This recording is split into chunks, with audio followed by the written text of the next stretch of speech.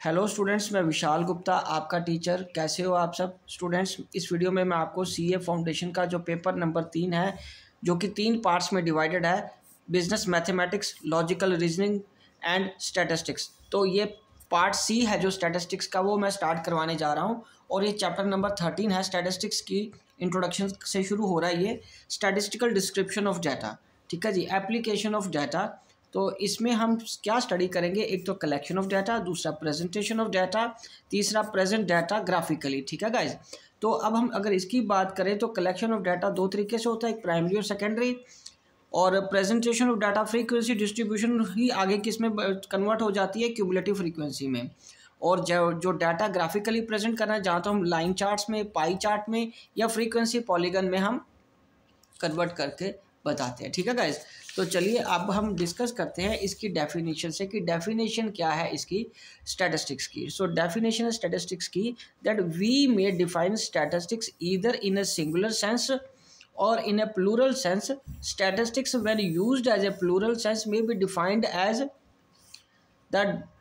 data, qualitative as well as quantitative, that are called usually with the view of having statistical analysis, right students। तो अब हम बात करेंगे application of statistics की in the fields of economics, business management and commerce and industry में इसकी application होती है। और इकोनॉमिक्स की अगर हम बात करें, व्हाट इज इकोनॉमिक्स, तो modern development in economics have tools in statistics. In fact economics and statistics are closely associated. Time series analysis, index number, demand analysis etcetera are some overlapping areas of economics and statistics. मतलब दोनों के लिए ये common area है, ठीक है guys. तो चलो अब हम बात करते हैं, ये तो हो गया हमारा प्लूरल सेंस में। तो सिंगुलर सेंस में अगर हम बात करें तो सिंगुलर सेंस में हमारी जो स्टैटिस्टिक्स है वो कैसे होता है, वो मैं अब आपके साथ डिस्कस कर रहा हूँ। स्टैटिस्टिक्स इन सिंगुलर सेंस, ठीक है गाइज। मैंने उसमें इसलिए नहीं लिखा कि सारा फिर इकट्ठा कन्फ्यूजन क्रिएट होनी थी कि कौन सा हम सिंगुलर है कौन सा प्लूरल है, हालांकि ये सारा कुछ आप +1 में पढ़ा हुआ है आपने। सो यहाँ पे हम बात करेंगे statistics. Statistics means science of statistics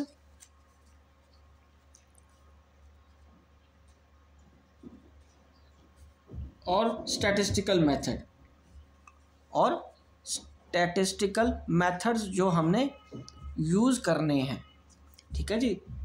it refers to techniques और मेथड्स रिलेटिंग टू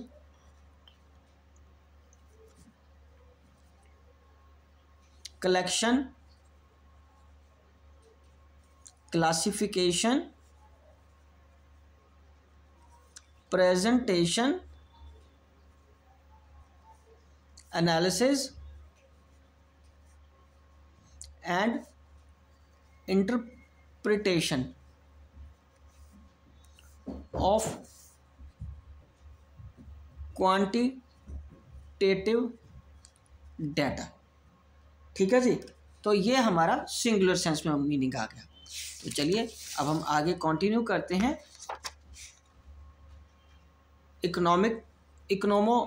इकोनोमेट्रिक्स किसको बोलते हैं, इकोनॉमिक्स और मैट्रिक्स के कम्बिनेशन को।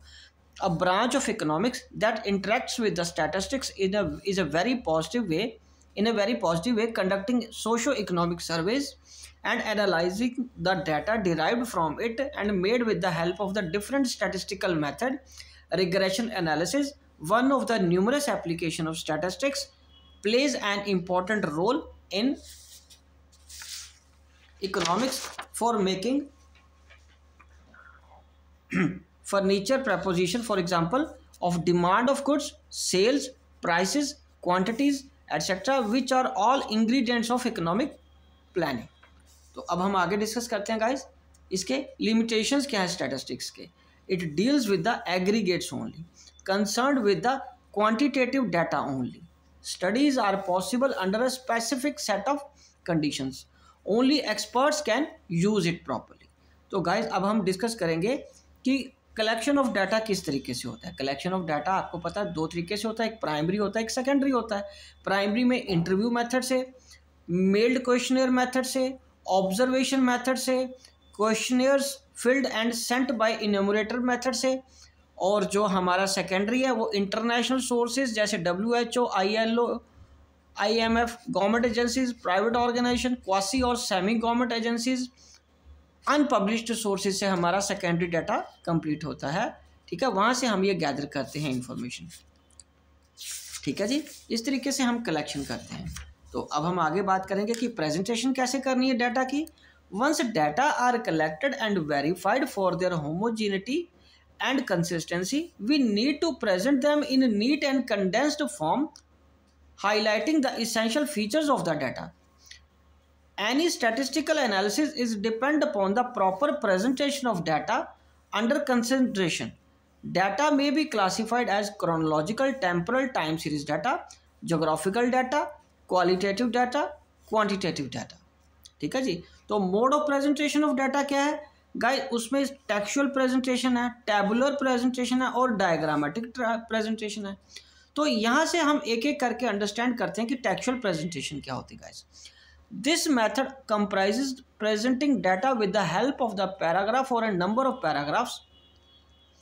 The official report of the inquiry is usually made by textual presentation. ठीक है जी। और उसके बाद टैबुलर प्रेजेंटेशन क्या चीज़ है? टैबुलर प्रेजेंटेशन है हमारा may be defined as systematic presentation of the data with the help of statistical table having a number of rows and columns and complete with reference to number, title, description of the rows as well as the columns and footnotes if any. और diagrammatic में हम कैसे करते हैं बेटा? Diagrammatic presentation of data, it is an attractive presentation of data by charts, diagrams, pictures. The main types of line graphs, line diagram, pie chart, histogram, ogive curve, ठीक है जी, ये सारी चीज़ें उसमें आ जाती हैं। तो टेबल वगैरह तो आपको सबको पता ही है। तो लाइन ग्राफ कौन से होते हैं? Line graph simple. अगर हम लाइन डायग्राम की बात करें तो लाइन डायग्राम्स कौन सी बनेगी?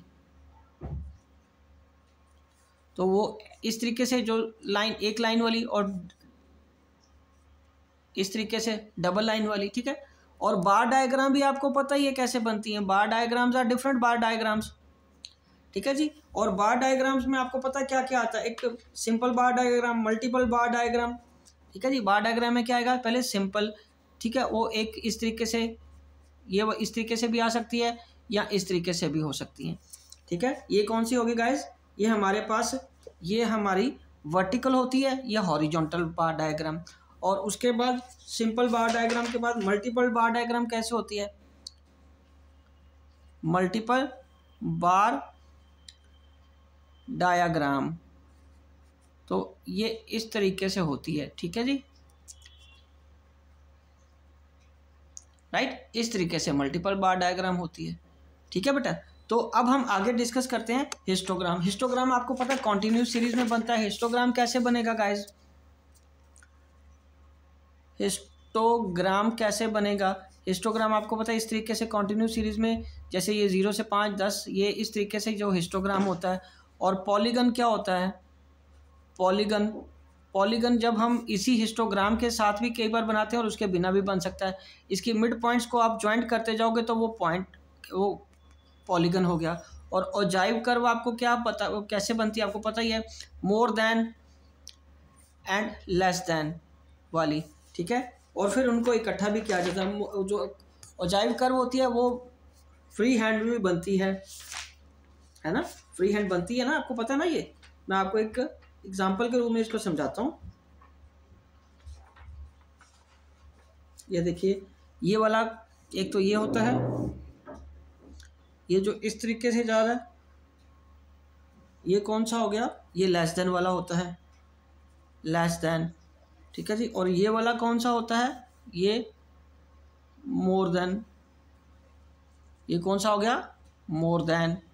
और अगर दोनों कंबाइन करके जहाँ पे वो क्रॉस करेंगे, फिर आपको दो दिखाने होते हैं इस तरीके से, और इधर से यहाँ से स्टार्ट करते हुए इस तरीके से, ये दोनों का कंबाइन इकट्ठा जब ग्राफ बनता है, ठीक है जी। तो इस तरीके से ये ओजाइड कर्व भी बनते हैं, राइट गाइज। ओके, तो चलिए अब हम आगे डिस्कस करते हैं। ये तो हो गया ग्राफ वाला।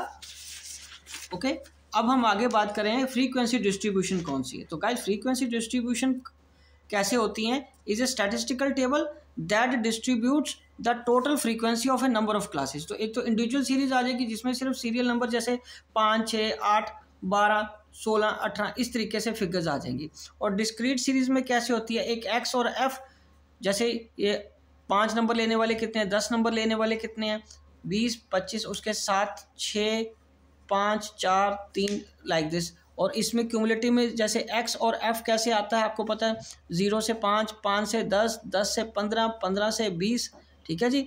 और ये मान लो 3, 2, 4, 7 लाइक दिस। तो ये हमारा फ्रीक्वेंसी डिस्ट्रीब्यूशन बन जाएगा, ठीक है जी। तो इसके बाद में मिड वैल्यू भी हम निकाल सकते हैं। तो इसकी मिड वैल्यू कैसे आएगी, मिड वैल्यू आ जाएगी 2.5, 7.5, 12.5, 17.5 फॉर एग्जांपल, ठीक है जी। तो अब हम आगे इसका एनालिसिस करके एक फिगर निकालते हैं, जैसे चाहे मीन निकालें चाहे मोड निकालें। तो वो स्टैटिस्टिक्स जो मेथड्स यूज़ करेंगे, these are known as singular statistics. तो गाइज ये चैप्टर यहीं पे कंप्लीट होता है और मैं ये वीडियो भी यही कंक्लूड करता हूँ। आई होप कि आपको अच्छे से समझ आ गया होगा। गाइज आप +1 वाली बुक आपकी दोबारा खोल लीजिए, उसको अच्छी तरह वहाँ से इसके जो डायग्राम्स हैं एक बार खुद बना के देखिए, ठीक है जी। और इसमें नेचुरली आपको एक पता है एक पाई चार्ट भी होता है, पाई चार्ट भी सिंपल होता है, वो भी मैं एक एग्जांपल आपको दे दूं पाई चार्ट की जाते जाते। तो ये देखिए पाई चार्ट गाइस कैसे बनता है। पाई चार्ट ये देखिए सिंपल एक टैबुलर फॉर्म में इस तरीके से जो सर्कुलर फॉर्म में बनता है, सारे डाटा को पहले 360 डिग्री पे आपको लेना होता है, ओके। उसके बाद उसको हम इस तरीके से बांट देते हैं। This is called pie chart, this is called pie chart. तो आई होप कि आप +1 वाली बुक में से देख के इसको सारा अच्छी तरीके से सारी प्रैक्टिस और रिवीजन कर लीजिए। आपको कोई भी डाउट होता है, कोई भी दिक्कत आती है तो आप कमेंट बॉक्स में मेरे को क्वेरीज डालिए, मैं आपको सूटेबल रिप्लाई ज़रूर दूंगा। Wishing you good luck.